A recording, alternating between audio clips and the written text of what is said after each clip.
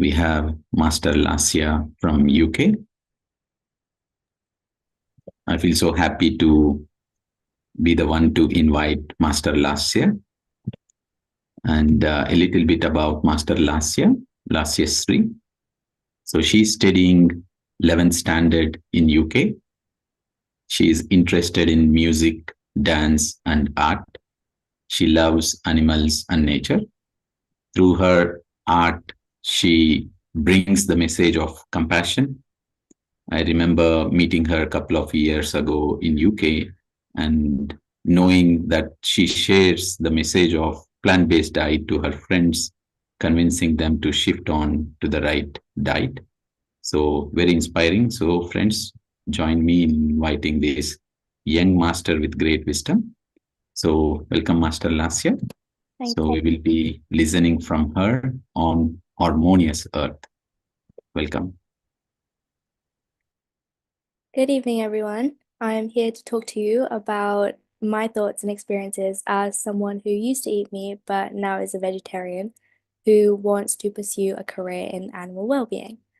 I want to start off by saying that it's a choice that I never regret.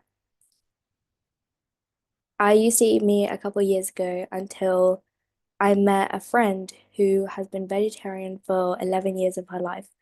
And I came up to her and I asked her, why are you a vegetarian?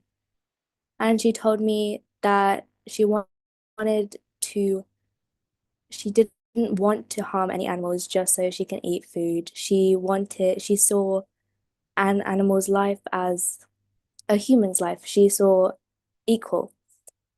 She thought that all lives are the same and we shouldn't have to harm anyone just so we can have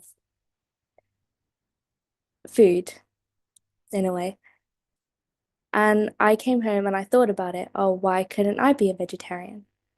And so I thought about it, and now I am. And many people have come up to me and said, "Oh, you're not, even if you are a vegetarian, you can still eat eggs. Why don't you eat eggs?" And I have an analogy that I explained to most of my friends who asked me why I wouldn't eat eggs. And I told them that I saw an egg as potential life. It's an embryo, it's in an embryonic stage, and I saw it when an egg is in an embryo stage. A chicken sits on the egg, incubates the egg, and that is potential. That egg grows into a chicken. So I saw it as potential life. And in the Bible, there's a quote that said that Christians believe that when an egg is in an embryonic stage, that is when they believe all life starts. And I agree with that because I believe that an embryo is a sign of life and that's where chickens are made. And so I told my friends, and they said that they never thought about it like that. That is like a new thing for them. They never thought about it like that. And so I told them, yeah, there's like loads of ways that people they can eat meat and they can't. And so I told them, and most of my friends have become vegetarian because of what I told them. They classified themselves as vegetarian, but I didn't believe they were vegetarians. So I told them my analogy of not eating eggs, and now they are almost vegan, but not really vegan. And I believe that, sorry, um, it's kind of many people think, oh, why, like that doesn't make sense, or why should you not have to do that? But I see it as it's almost like I make a reference to an embryo being like as a baby and like a woman. When many people think that life's like when a baby is born, then they believe that baby lives when its heartbeat is heard.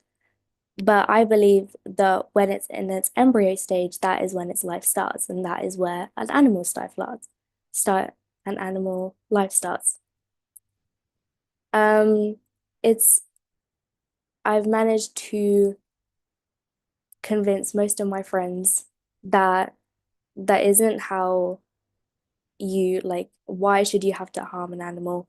All animals, like lives are the same. They are also on this earth just as for the same reason as us. They they are part of nature and so are we.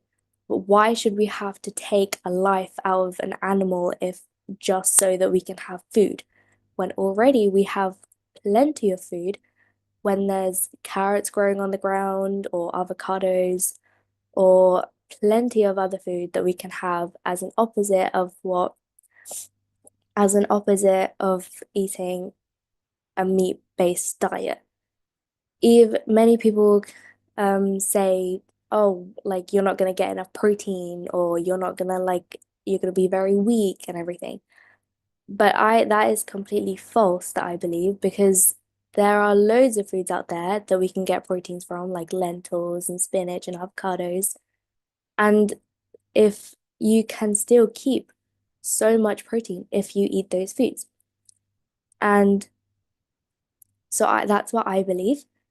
Um, but I obviously can't change what everyone else thinks because everyone has their own opinions, but I try my best to explain my analogy and to explain why I think this and why I don't eat meat anymore. Um, and I've had a few experiences of my own. Um, at night, it was during one of my mother sessions where I joined, and I saw a vision of Lord Hanuman, and I was just standing on earth in this green field in a green forest, and I was just standing there and I wasn't doing anything. And Lord Hanuman came to visit me, and I was asking him like all these questions, like, why are you here? What are we doing? But he didn't say anything. I, he took me up to the sky and he flew me into space. And I saw the earth and it was so like green, it was full of life and it was just radiating off energy and it was so like glorious. And I was like, wow, there's a lot of lives on this planet. There's a load of like lots of animals living here for the same reason. We all have a life.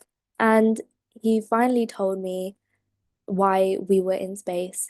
He was explaining how an animal's life is the same as a human's life, but people think they're not because we are superior.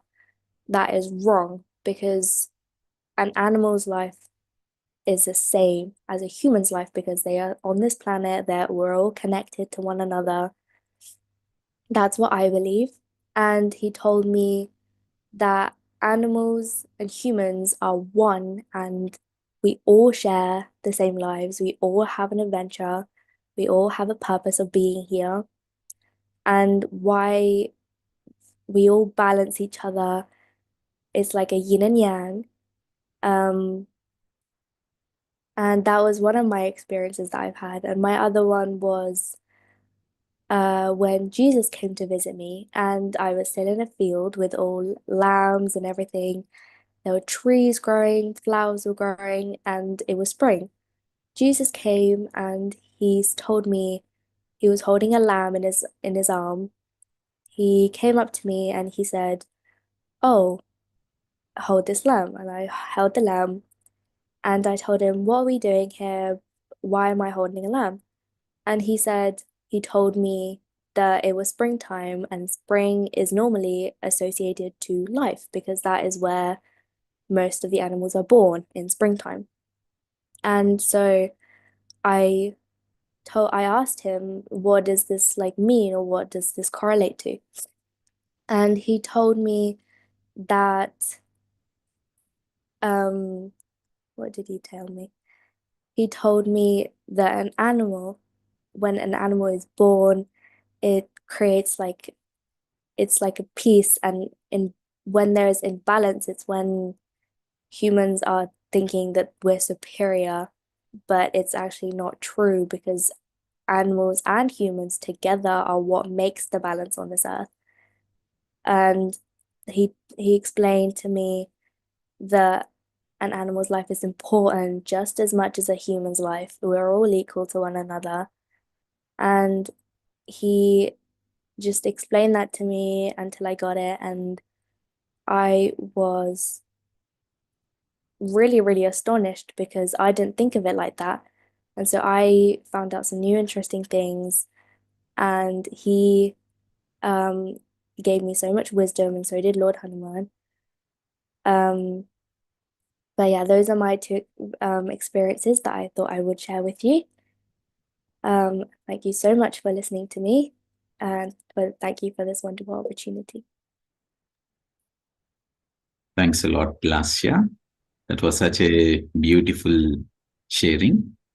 And, your direct messages that you got from Master Hanuman, Master Jesus, and how you have learned from them and continue to share your message, and as well how much you constantly share this to your friends and make an impact and bring the change into this world is such a great inspiration to everyone in this world, that we do not need to look at that we to wait and then share, but whatever we know now, that is enough to bring the change and bring a greater impact in people's life.